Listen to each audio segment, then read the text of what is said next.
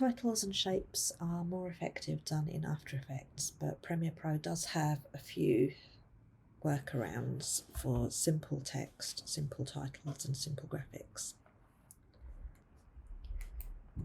The most straightforward method of adding text to Premiere is to choose the text tool from the toolbar here, so it's here or T on the keyboard. Hover over your program window and click, and then you can type in to the window here.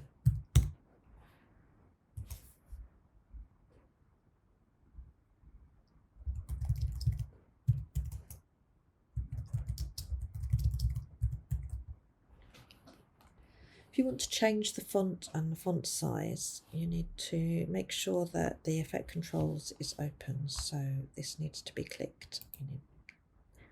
So the text needs to be highlighted here in the timeline, and the effect controls panel needs to be clicked on. And you can locate the text itself in this list here. If you drop down the menu, there's my text.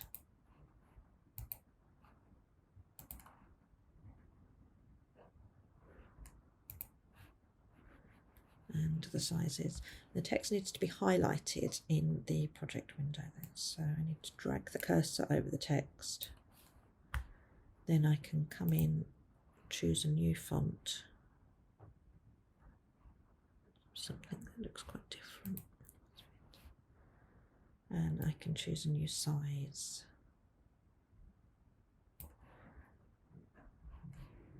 And if I double click on the colour box next to fill, I can choose a new colour. If I double click next to stroke, there is no stroke on that font, so that's fine. I can choose the opacity, I can rotate the angle of text and all sorts of things from in here. But that is straightforward text. It is clunky, it's not the easiest thing to use. There's also a vertical type tool, so I could choose that.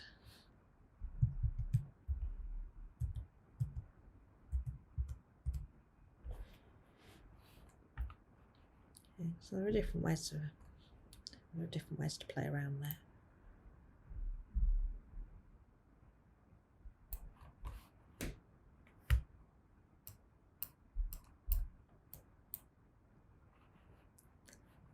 Other things we have are some basic shape making tools. So if you locate the pen tool in the toolbar and left click and hold on it, or you might need to right click on a Windows PC. You've got some choices there. You can choose the rectangle tool or the ellipse tool and a pen tool. So we'll just use the rectangle tool. I can drag that out. That gives me a shape in the effect controls here. And I can then change the colour.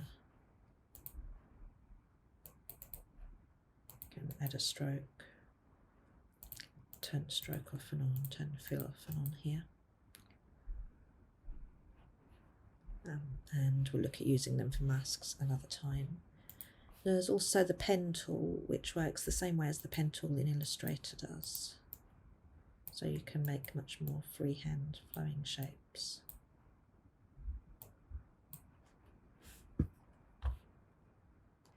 But again, we look at that in a later video, just so you've got an idea of the limits of Premiere Pro.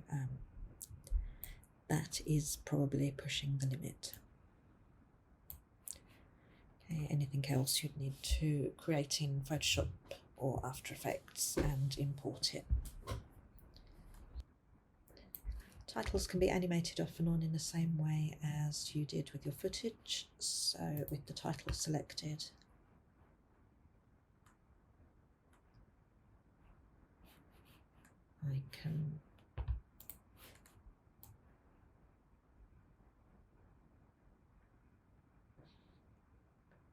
I can move to the side and position it, and then move to the end of the footage.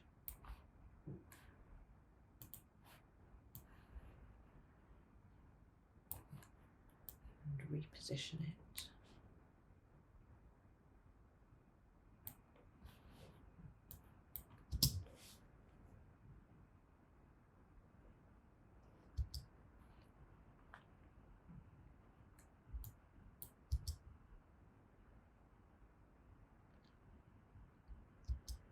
you could scale or rotate in exactly the same way. And finally, titles can be layered over other footage or objects by just dropping them on top in the timeline. Just mute that.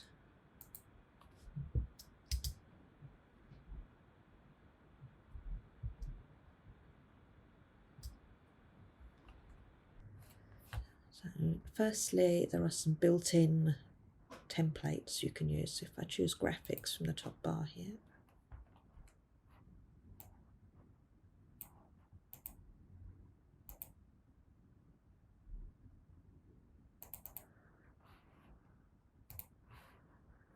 I had to double click on that to make it work. That's brought up the templates, the motion graphics templates.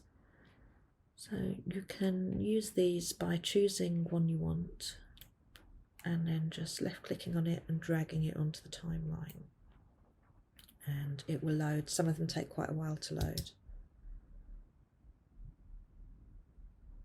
and you can just play them through.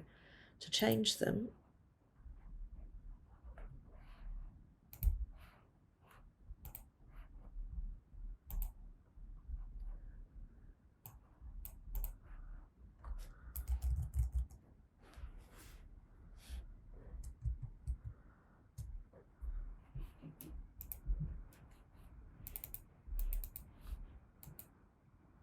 how do you even do that?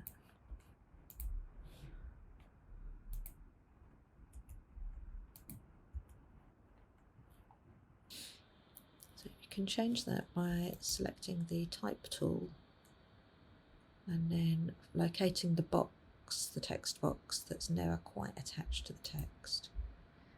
And you should be able to delete what's already in there and then add your new text.